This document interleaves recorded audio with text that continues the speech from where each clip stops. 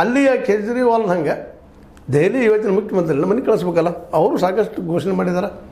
ಒಬ್ಬರು ಇಬ್ಬರು ಈ ದೇಶದ ಎಲ್ಲ ರಾಜ್ಯಗಳ ಮುಖ್ಯಮಂತ್ರಿಗಳು ಅವ್ರ ಆಡಳಿತದವರು ಎಲ್ಲರ ಮನೆಗೆ ಹೋಗುವಂಥ, ಸ್ವತಃ ಮೋದಿಯವ್ರ ಮನೆಗೆ ಹೋಗುವಂತಹ ನಿರ್ಧಾರ ಏನಾದರೂ ಸುಪ್ರೀಂ ಕೋರ್ಟ್ ಕೊಟ್ಟರೆ, ಇಲ್ಲಪ್ಪ ಇವರು ಏನು ಆಸೆ ತೋರಿಸಿದ್ದು ಇವು ಆಸೆ ತೋರಿಸ್ಬಾರ್ದು, ಮೋಸಿದ್ದು ಜನರಿಗೆ ಅದು ಕೊಟ್ಟು ಸಹಿತ ಜನರಿಗೆ ಟ್ಯಾಕ್ಸ್ಲೆ ಕೊಡ್ತಾರೆ ಇವರು.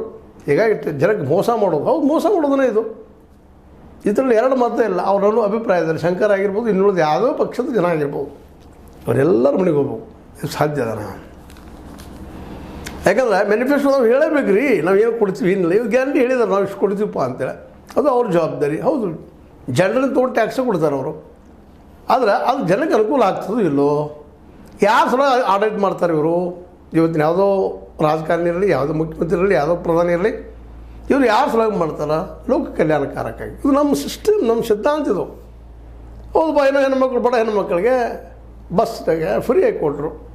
ಒಂದು 2,000 ರೂಪಾಯಿ ಬದುಕು ಬಿಲೋ ಪಾವರ್ಟಿ ಲೈನ್, ಬಡತನ ರೇಖೆ ಕೆಳಗಿದ್ದವ್ರಿಗೆ 2,000 ರೂಪಾಯಿ ಕೊಟ್ಟರು. ಆ ಕುಟುಂಬ ಒಬ್ಬರಿಗೆ. ಇವು ಆ ಮನೆದೇ ಹೇಳೋದಕ್ಕೆ, ಆರ್ಥಿಕ ಸವಾಲಾಗೋದಕ್ಕೆ ಹೆಲ್ಪ್ ಆಗುವಂಥವಲ್ಲ ಇವು ಎಲ್ಲನೂ ಆಸೆ ತೋರಿಸಿದ್ದು, ಮೋಸ ಮಾಡಿದ್ದು, ಜನರಿಗೆ ಇದು ಮಾಡಿದರು. ಅದಕ್ಕೆ ಇವ್ರನ್ನೆಲ್ಲರೂ ನಾವು ಮನೆಗೆ ಕಳಿಸ್ಬೇಕಾದ್ರೆ ಎಲ್ಲರೂ ಹೋಗಬೇಕಾ? ಇವತ್ತು ಆ ಪ್ರಶ್ನೆನೇ ಇವತ್ತು ನಮ್ಮ ಶಂಕರ್ ಅವರು ಇಡೀ ದೇಶದ ತಂದಿದ್ದಾರೆ. ಸುಪ್ರೀಂ ಕೋರ್ಟ್ನ ವಿಕ್ರಮನಾಥ್ ನ್ಯಾಯಪೀಠದವರು ನೋಟಿಸ್ ನಿಂತು ಕೊಟ್ಟಿದ್ದಾರೆ. ಅದಕ್ಕೆ ಸಿದ್ದರಾಮಯ್ಯರು ಜಾಲಿದ್ದಾರೆ, ಉತ್ತರ ಕೊಡ್ತಾರೆ. ಶಾಕ್ ಅಂತ ಅಲ್ಲ ಅದು. ಅವ್ರಿಗೆ ಇನ್ನೂ ಪಬ್ಲಿಸಿಟಿ ಸಿಗ್ತವೆ ಅವ್ರಿಗೆ. ನಾವು ಹಿಂಗೆ ಹೇಳ್ತೀವಿ ಅದನ್ನು. ಯಾಕೆ ಪಬ್ಲಿಸಿಟಿ ಸಿಗ್ತದ್ರೆ, ಇಡೀ ದೇಶ ತುಂಬ ಬಹುತ್ವ ಗ್ಯಾರಂಟಿ ಕೊಟ್ಟರು ಮತ್ತು ಅವ್ರು ಸರ್ಕಾರ ಉಳಿಸ್ಕೊಳ್ತಾರೆ ಅವರು. ಯಾಕಂದ್ರೆ ಅವ್ರು ಹೊರಟ್ರು ಅಂದ್ರೆ, ಅವ್ರು ತೆಗೆದ್ರೆ ಅದು ಸುಪ್ರೀಂ ಕೋರ್ಟ್ನವರು ಇದೇ ಆಧಾರ ಮೇಲೆ ಪ್ರಧಾನಿಯವ್ರ ಮೇಲೂ ಅಟ್ಯಾಕ್ ಮಾಡ್ತಾರೆ. ಇದೇ ಆಧಾರ ಮೇಲೆ ಇನ್ನುಳಿದು ಯಾವ್ಯಾವ ನಮ್ಗೆ ಬೇಕಾದ ಬೇಡ ಅಂತ